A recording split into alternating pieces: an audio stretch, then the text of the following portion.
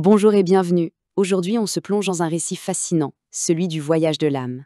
De ses toutes premières origines dans le cosmos, jusqu'aux liens incroyablement puissants qui se forment ici, sur Terre. On va explorer ensemble les concepts d'âme sœur, d'âme jumelle, et aussi les forces qui, d'après les sources qu'on analyse, tenteraient de mettre des bâtons dans les roues de ces unions. Alors, voilà le programme. On va suivre un parcours en 5 grandes étapes. D'abord, on remonte à la source, l'origine cosmique des âmes. Ensuite, on zoomera sur les fameuses âmes sœurs et jumelles. Puis, on verra les obstacles qui se dressent sur leur chemin. Après ça, on découvrira le pouvoir immense de leur union. Et enfin, la mission collective qui en découle. C'est parti? Pour commencer, c'est logique, il faut revenir au tout début. Pour vraiment comprendre les liens qui nous unissent, il faut d'abord se poser la question « mais d'où viennent les âmes au juste ?» Alors l'idée, qui est assez belle, c'est que les âmes ne seraient pas créées une par une de façon isolée. Non, elles émergeraient ensemble, en grands groupes d'âmes, depuis le centre galactique. Et ça pourrait expliquer cette sensation de familiarité, de reconnaissance quasi instantanée qu'on peut avoir avec certaines personnes, comme si on s'était déjà connus, quelque part. Et le concept s'affine encore.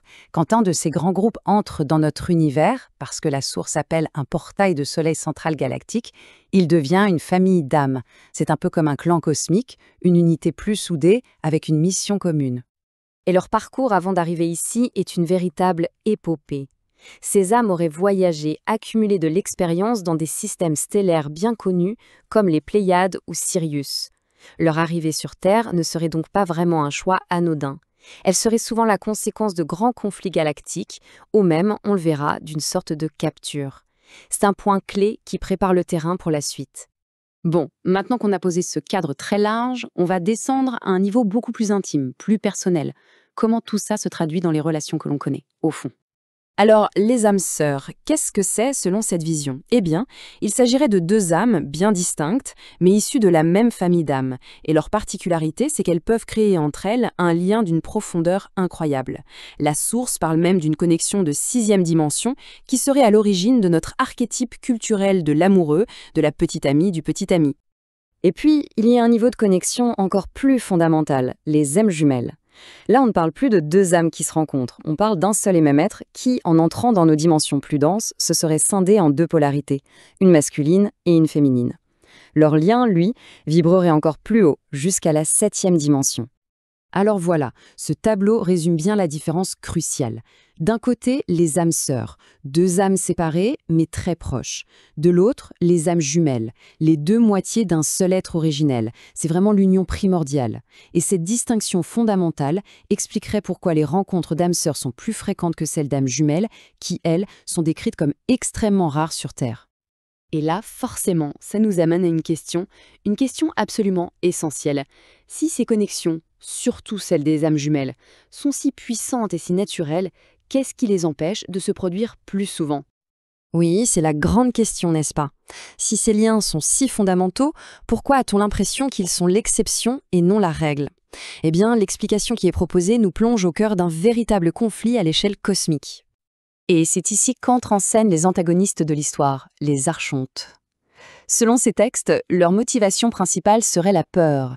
Ils chercheraient activement à empêcher ces unions sacrées, car l'énergie qui se dégage d'un couple d'âmes jumelles réunies serait tout simplement la force la plus puissante et la plus libératrice de l'univers.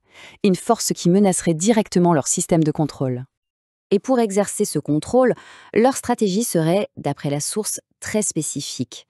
La clé de voûte de leur système reposerait sur le contrôle de l'énergie sexuelle féminine, perçue non pas comme quelque chose de répréhensible, mais au contraire comme une force créatrice et libératrice absolument fondamentale.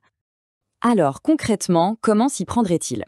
La stratégie décrite est assez méthodique. Ça va de la création de disputes, de drames dans les relations, à des manipulations plus sournoises comme le fait de désactiver un des 2 partenaires pour créer de la souffrance.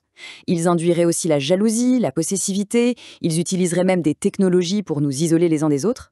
Et regardez ces 2 points, rendre les femmes physiquement passives et les hommes émotionnellement passifs. C'est une stratégie de division. Enfin, ils encourageraient un fantasme d'âme jumelle complètement irréaliste pour qu'on ne reconnaisse jamais la vraie connexion quand elle se présente. D'accord, le tableau est un peu sombre, on a posé le problème. Mais maintenant, tournons-nous vers la lumière, vers la solution. Face à toutes ces interférences, comment fait-on? Comment peut-on espérer retrouver cette connexion sacrée? La source propose 4 clés, très personnelles, pour commencer le travail de reconnexion à sa propre essence, à son âme. D'abord, une sincérité absolue avec soi-même.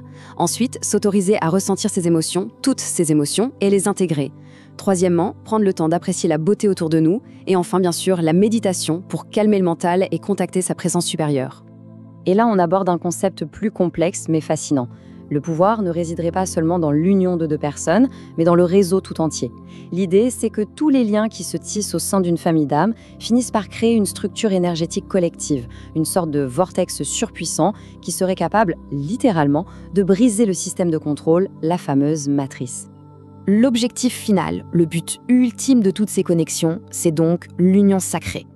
Et attention, ce n'est pas juste une histoire d'amour romantique, c'est une fusion complète, totale, sur tous les plans, spirituel, mental, émotionnel et physique. Et c'est dans cette fusion totale que se trouverait la clé de l'immortalité et de l'ascension. Et ce savoir n'est pas nouveau, loin de là.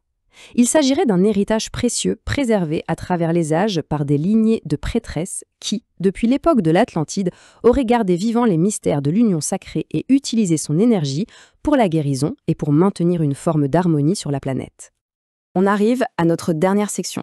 Et c'est là que tout ce parcours très personnel prend une dimension beaucoup plus vaste. On passe de l'individu au collectif. Ce graphique, il est très parlant. Il met en perspective cette histoire d'interférence. On voit un niveau de perturbation assez bas avant une période charnière, puis une augmentation spectaculaire ces 5000 dernières années. Une période qui correspondrait, selon la source, à ce qu'elle nomme l'invasion Archonte-Kurgan. On comprend donc que le chemin de reconnexion à son âme sœur ou jumelle n'est pas juste une quête de bonheur personnel.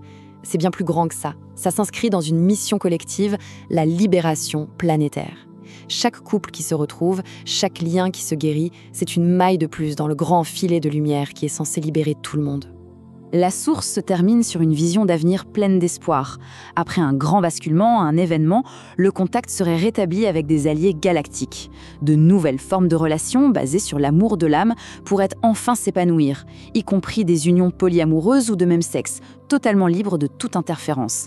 L'union sacrée serait alors activement soutenue. Et on termine sur cette question qui est une invitation à la réflexion.